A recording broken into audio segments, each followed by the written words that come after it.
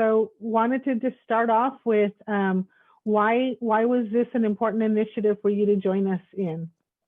Well, first, let me just say thank you so much for, partnering with me and just, launching this new podcast series with Delusional Optimism, because I'm just so excited about it.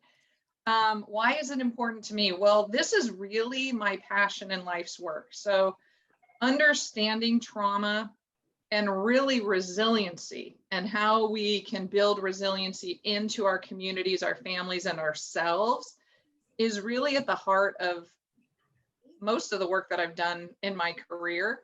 So the fact that our California Surgeon General, Dr. Nadine Burke-Harris, really brought to light this landmark study of the ACEs Aware initiative, or the ACEs Aware study, is like, the timing is perfect, because this is work that I've been involved in for almost 2 decades. So now we get to make it easy for people to understand, and it's elevated to just general information rather than deep, hard research and complicated stuff. So yeah, so ACE is aware, adverse childhood experiences. That's part of all of this work. And so just really quickly, we're talking about trauma, resilience, adverse events. What would you classify an adverse event so that we can understand what that means just a little bit better? So in the first podcast is actually about adverse childhood experiences, ACEs, that's what we call them. So if you hear that word out in the world, which it's getting a lot of play lately, an adverse childhood experience in the study and through the screenings really are honed down to there's 10 different ACEs, adverse childhood experiences. However, in the grand scheme of life, we really recognize that there are lots of different things that qualify as ACEs. So the 10 that are identified fall under 3 categories: abuse, neglect, and family difficulties and dysfunction. So an adverse childhood experience can be physical abuse, sexual abuse, emotional abuse, physical neglect, emotional neglect. And those kind of can come in very different packages for different people. So just because one person has the experience of being raised in a family with physical abuse, that abuse can actually look very different to another person. So we have to be really careful about painting with a broad brush, like if it's not this, it's then not an ACE. But in general, they're events that really get logged in the body and the mind in childhood, and they impact our regulating system and how we go about and really live and survive and enjoy the world. So if we're raised in a family with siblings, and technically it sounds like we could all be raised in the same environment with the same adverse experiences, can we grow into adulthood and be more resilient one over the other? And how does that happen? Absolutely. Absolutely. And that's where resiliency really comes into play. So I'll use myself for an example. I have 2 older siblings, and I credit both of them with a lot of my own personal resiliency, because they were sort of the people and relationships buffer trauma. So whatever it is, whatever the trauma is, if you have a relationship with a friend, a relative, a parent, a grandparent, a sibling who can help mediate sort of that traumatic experience, then it's helpful, and that builds resiliency and helps you to overcome that traumatic experience and have a different perspective about it. Now, how do different siblings, we know that even if siblings are all raised in the same household and everybody says they were raised exactly the same, there are so many factors that are different about individual siblings that play into the perception of events as they're growing up that make them into different people. Otherwise, we just have a lot of clone siblings, but we absolutely don't. Even identical twins have a very different life experience perspective growing up in the same family, and they're genetically identical. So, so it's so much more complicated than we've always sort of thought about it. But different people, and oftentimes there are family members who play into the resiliency and strength of maybe one or you know, somebody in the family, and then a different child has a very different experience, and they maybe suffer a lot more significant trauma or results from that trauma. And so, but I'm a huge advocate for healing. And I do believe that we can help people to heal through all different levels of trauma. Is it going to be as good as it was if we had never had the trauma in the first place? Maybe not. But can healing happen across the lifespan? Yes, absolutely. And that's why we're doing this, so we can raise awareness that people can heal. Yeah, thank you for that. And I think, you know, talking about healing and the trauma, what I'm hearing you say is that we all have a different levels of trauma, and there are different ways of healing. You mentioned buffers. And so just talk to me a little bit more about overcoming those effects, and how does the adverse event or the trauma, big or small, affect us physically and mentally? That's a big loaded question. That's like I the know. whole series. Well, so I know, and I know you're going to be talking more about this during the podcast series, but just give us, you know, give us a primer of what we'll be listening to. Sure. So we will be breaking all of that down into 30-minute podcasts every week. And so really getting into the nitty-gritty and the weeds of different components of how these things work together. But let me start with, traumas can be really big and really small and still have an impact on our body. And so because the beginning of life, see, we overlook this part, I think, a lot, which is early childhood and infancy, because at that point in our lives, we're laying down the tracks for how information gets taken in. So that's how we then get a perception of an event or a trauma. And traumas impact our stress regulating system. I know I'm talking in big words, and I want to try to keep it simple, but sort of when you have a panic or a fear, like we were talking when we started this podcast, we're all having a little bit of anxiety, even though we do this sort of on a regular basis. But that's a little bit of our old history of our body responding before our conscious mind saying, oh, something is different, something's going to happen. And our brain is in service of survival, so it's preparing us for that. Now, when you don't have buffers in your environment, so you don't have relationships, you don't have a purpose. A purpose is another buffer, you know, being able to, you know, focus on the future. Hopefulness, optimism is a buffer. These are all things that help us to manage stress, because we know we're going to get to the other side of it.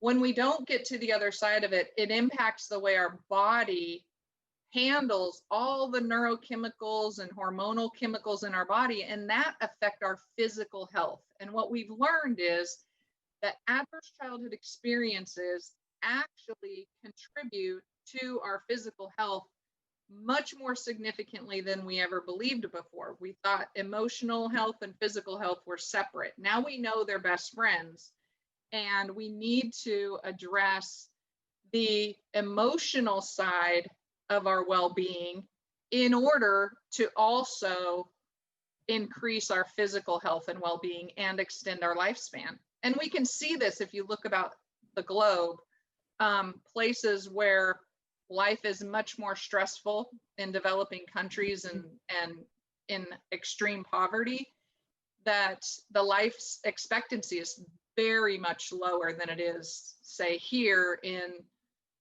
the United States. Yeah. Well, and we see that from one neighborhood to the other, right? That Absolutely. life expectancy is lower in one neighborhood than the other, a lot having to do with those events. We've, for the last 10 months, have been experiencing worldwide a trauma with this pandemic, right? And Yes. so how do we recognize or identify those triggers, and then be able to find a zone where we can heal or cause less injury to ourselves and to our kids at home?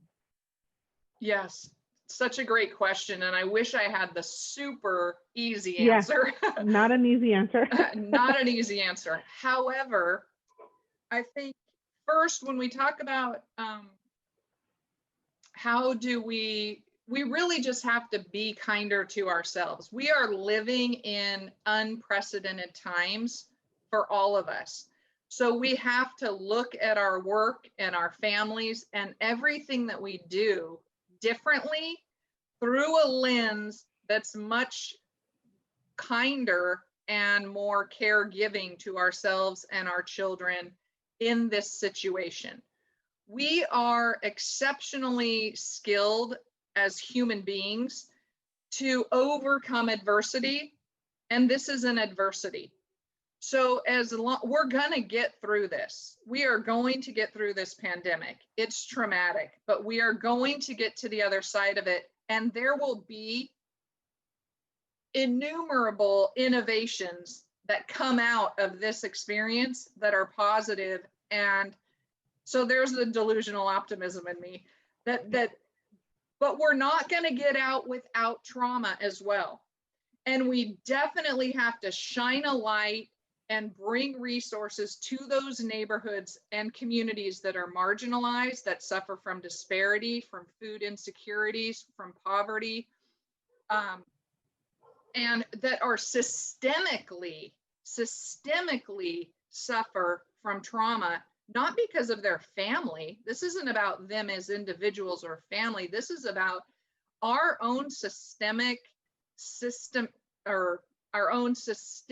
problems with certain types of organizations that we've built unintentionally that marginalize people. And so, having said that, we'll talk more about that, but racism is an issue. We can't get away from it, and we're going to address it as we get through this pandemic, because it's risen to the surface in a way that it never has before. So great for us. Yeah, and you do touch upon, these adverse experiences don't just happen inside the home, inside the four walls. It can happen within community. Workplace, because working in healthcare, I see a lot of stress happening in the workplace, especially among our first line, first line defense with our nurses, our social workers, our doctors. And so how do we build in those buffers within our workplaces? And it's not just healthcare, it's every single one of our workplaces are suffering from some type of experience, whether we're working in a restaurant, in a health clinic, outdoors. So how do we build in those buffers? What are some easy buffers to build in? Easy buffers to build in is to remember to write your own story and narrative about what's going on. This is not normal. This is not our normal situation. And so you should not expect your body and your mind and everybody around you to work at normal capacity emotionally. And if you're feeling exceptionally tired, if you're feeling overwhelmed, then we have to honor those feelings because this is, otherwise we really will be completely depleted. And this is not the time that we can handle everybody being depleted. So we almost have to take things in shifts. And, you know, we have like the first line and we say, you know what, you're on. It's like having first responders in every single aspect of our lives. Like, okay, at home, you know, mom, dad, you know, oldest sibling, or, you know, you're on the front line today. But then we're going to let you off the front line and we're going to put the next sibling on the front line today. Same thing with work. If there are ways to sort of allow people to shift and share that frontline stress a little bit, but recognizing and allowing for the new narrative story that we are living through an event that has never happened in our lifetime. And we will get through it, but I have to take care of myself and my people and my community along the way. And just, it's almost like a mantra that you just repeat and remind yourself, this is not normal. I'm in a little bit of the twilight zone. So I have to, you know, give myself and others a little bit of extra grace, or maybe a lot of extra grace during this time. And then finding things that bring purpose to our lives and purpose to other people's lives, and remembering that we can be buffers for other people. So when we help somebody, then we're, one, providing some resilient support, but it also helps us because it feels really good and it's healthy to be a contributor. People aren't, you know, we always think people just want to make and make more money. That is not true. People really do love to help.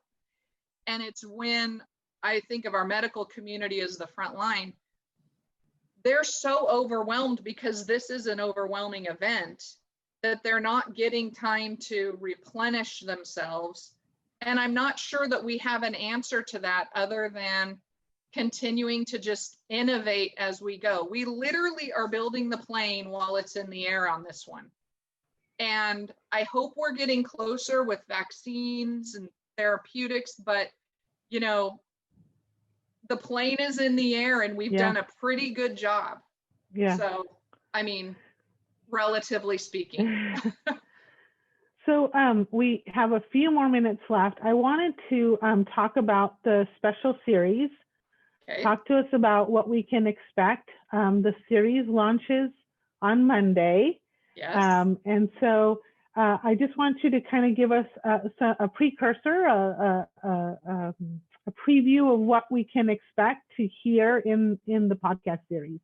Sure. Okay. So the podcast series starts on Monday. They're 30-minute episodes, and the first set of 8 podcasts really revolve around trauma and resilience and understanding adverse childhood experiences, because you really need a foundation in order to build our skill sets in using the information. So each podcast show starts off with a problem or a question. We then talk about, so that's part 1. Then in part 2, we talk about a personal experience or the neuroscience behind that particular issue, but in normal people terms. This isn't just it's not doctor speak. It's not doctor speak. We're going to talk about it in, you know, just everyone speak, inclusive speak. And then we talk about the resilience and the optimism that comes out, even really difficult, hard conversations, because even in trauma, we can often find and parse out some resilience or optimism. And then we wrap up with some actionable takeaways. So you have something that you can leave with every episode and give a try at home, at work, during the week, until the next episode shows up. So we're going to have a series that's sort of really focusing on parents and needs of parents, especially with kids at home, but just really developmental parenting that supports parents in understanding how children think differently. And then there's a podcast set of podcasts that are really targeting medical providers who are working on the front line and how to use the tools that are related to the ACEs Aware initiative, because they're screening tools, and then to make the clinical leap between, oh my goodness, here's an ACE score. What do I do with it? Where do I send people? What does this even mean? I came on board to do physical health, and now you're pretty much asking me to do mental health. So how do we kind of blend those things together? And then the final 8 episodes are about resiliency and really building up our buffers in our communities, in ourselves, in our families, so that we can move forward as a strengthened force in terms of overcoming adversity, because we can't avoid it. COVID's taught us that, but we absolutely can support each other and move ahead in positive ways, so that are healthy and healing. Yeah, and I think one thing to remember is just because it's a parent series, everybody can benefit from that, right? Absolutely. And yes, because what we know about adverse childhood experiences, they impact everybody. Oh, close to 70% of the entire population report at least one adverse childhood experience. One adverse childhood experience, you're 80% more likely to have a second. So that means they're highly prevalent, and they're the identical occurrence in the medical community. So just because you're a pediatrician does not mean that you are immune from childhood trauma. None of us are, and we have to normalize the reality that, hey, you know what?